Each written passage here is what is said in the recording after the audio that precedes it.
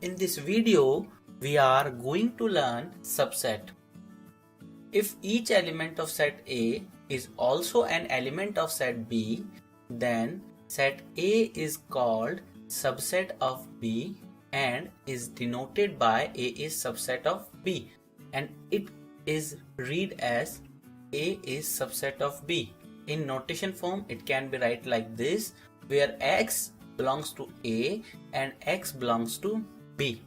If A is not subset of B, then it's denoted by A is not subset of B, means element of set A does not exist in set B.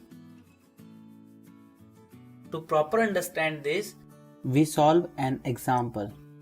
If A is equal to 2, 3 and B is equal to 2, 3, 4, then A is a subset of B, since each element of A is element of B, but B is not a subset of A since each element of B is not an element of A.